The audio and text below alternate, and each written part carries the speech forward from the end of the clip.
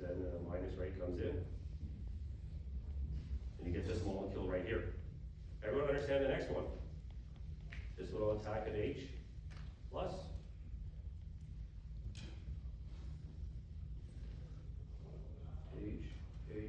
H, now add on this carbon, you get a plus here, and you have an X over here. Everyone understand why you get a carbocation on that position?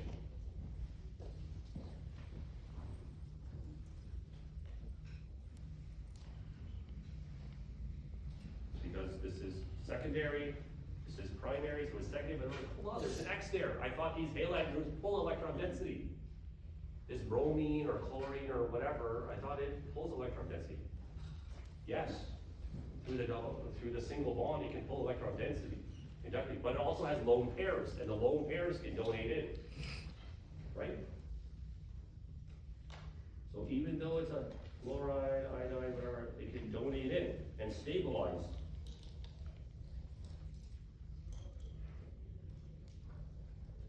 That's secondary carbocation. Does everyone understand that? You have a carbocation that's secondary. It always asks the question, can I spread out that plus charge? Can I spread out that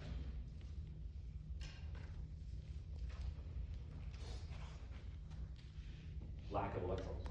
Right, so plus, it wants electrons. Well, there's a fluoride right there, or a chloride, or a bromide. It has lone pairs, it can donate in.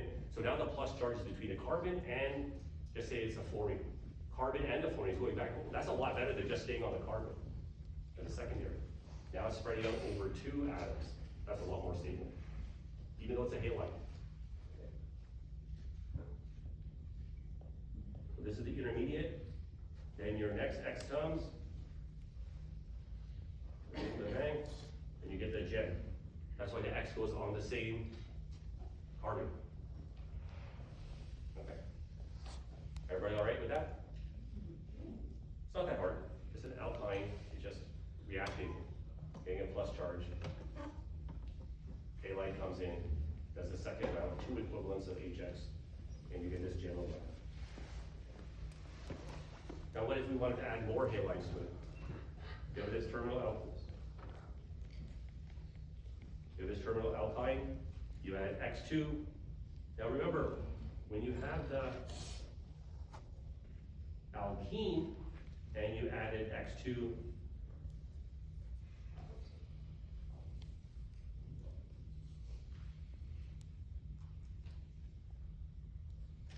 everyone would draw that, right? Cool? Yeah, the X2, you know it's going to form that three-member ring, the plus charge on it. This one and this one, and now the next X is going to attack. Which one is it going to attack? This position 1 or position 2? Which one? Remember, we're just doing alkene here. Position 1 or 2? Carbon 1 or carbon 2? This is carbon 1 or carbon 2? You have the second X minus, and it wants to come in and attack. Which one is it going to attack?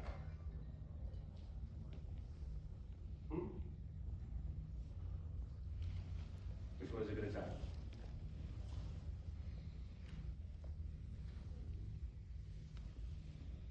This is a really easy question, you have to know this. Which one has a more delta plus? So that X on top is a plus charge, right? It's pulling electron density towards it. It has two bonds. Which bond do you think is pulling more electron density from? This is a secondary. This is a primary. It's definitely going to be pulling up here. This is a much bigger delta plus because it can handle it. So this X is going to come and attack right here. Right? Yes? Get it? You have to know this. This is kind of a review. We already did this chapter. Right? It forms this thing here. The X comes in. It's going to attack this position because this is not the same as this. This is primary. This is secondary. Here's two electrons, two electrons. This X is a plus charge. It is pulling on electron density as these two bonds of two electrons each. It's pulling. Which one is it going to pull more? It's going to pull more on the one that's attached to the secondary.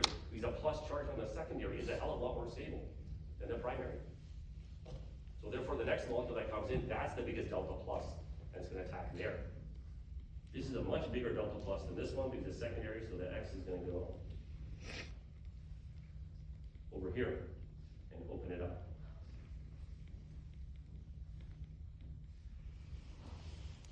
Here they happen to be the exact same groups, right? Or remember, we can do the bromine H2O. So you form the 3-member bromine ring, then the H2O then comes in. And the H2O, then you end up getting OH and the Br.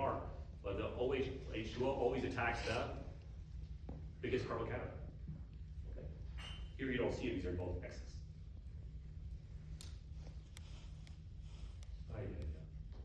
Okay. Now, back to the alkyne. Same thing. It goes through this type of intermediate, but there's still a double bond there. So it goes to the 3-member ring, X, and the X comes in, trans. Then the next X2 comes in, because it's still a double bond, it forms a 3-member ring, and it comes in, and basically you just saturate that double bond.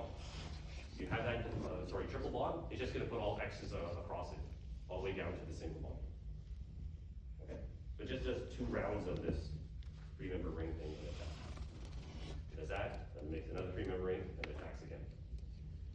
Okay? So if you see a molecule like this, a tetrahalide across a single bond, with all these bromines or fluorines or whatever, you're like, oh, I know, I recognize that, it probably came from an alkyne, where I just added Br2 twice. Okay? Now here's the addition of HX and X2. Here's a triple bond. So we did all these reactions already with double bonds. Now we're just doing the same reaction with triple bonds. Now the problem is you have a triple bond, it does the same chemistry. You do the reaction, but when you do the reaction, that's cool, but you're left with still a double bond, so the double bond can still do more reacting. Okay.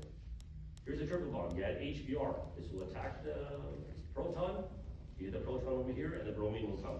So you add across the triple bond, you get the HBr. It's exactly the way it's supposed to go, it's just like if this is a double bond. But it's still a double bond. So we're gonna add another equivalent of HBr, same thing, this is gonna pick up H+. This is a more stable carbocation, and the bromine is gonna attack that position. There it is. Okay. And the reason it attacks that same position, that carbocation, because the bromine has lone pairs, can donate in. We talked about it a second ago. It's much more stable. Even though it's bromine there, it's still better than a primary carbocation. It comes in here. So you get this type of structure. Geminal bromides, or halides. So that's HCl addition, or sorry, HBr, here's HCl. Okay, now we're putting the alkyne in the middle of the molecule. Okay. Now we're putting in the middle. So in this alkyne, this is primary, this is secondary carbon, correct? Even though it's sp at the moment, flat and so forth. When we do the reaction, there's gonna be a difference on stability. Here is both secondary. It's right in the middle of the molecule. You can't tell anything. So when you add, this is HCl and carboxylic acid. So you add HCl, it adds to it, and it's always going to add this way over here.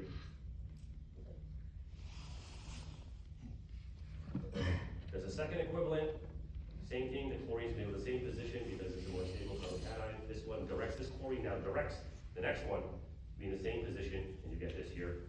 3,3-dichlorohexane. So the chlorine is always going to be in the center here.